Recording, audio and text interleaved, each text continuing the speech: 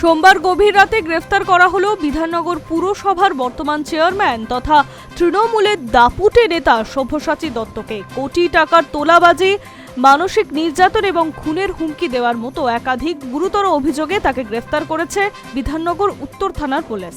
উল্লেখ্য, সদ্য সমাপ্ত নির্বাচনে বারাসত বিধানসভা কেন্দ্র থেকে তৃণমূলের টিকিটে প্রার্থী হয়েছিলেন সব্যসাচী। এর আগে তিনি রাজারহাট থেকে নিউ টাউন কেন্দ্রের তৃণমূল বিধায়ক ছিলেন এবং একসময় বিধাননগর পুরসভার মেয়র পদও সামলেছেন।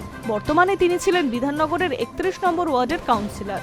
পুলিশ সূত্রে জানা গিয়েছে, সোমবার বিকেলেই সব্যসাচী দত্তের বিরুদ্ধে বিধাননগরের উত্তর থানায় একটি সুনির্দিষ্ট লিখিত অভিযোগ দায়ের করেন মধুসূদন চক্রবর্তী নামে একটি স্থানীয় ব্যবসায়ী। ওই ব্যবসায়ীর দাবি, বছর 8 আগে অর্থাৎ 2018 সালের ফেব্রুয়ারি মাসে সব্যসাচী দত্ত তার কাছ থেকে নগদ 1 কোটি টাকা তোলা নিয়েছিলেন।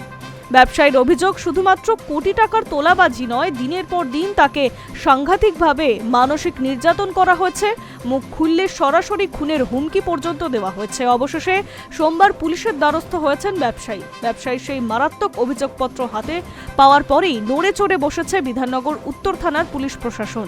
সোমবার রাতেই নিউ টাউনের একটি বহুতল আবাসনে সব্যসাচীর নিজস্ব ফ্ল্যাটে হানা দেয় পুলিশ।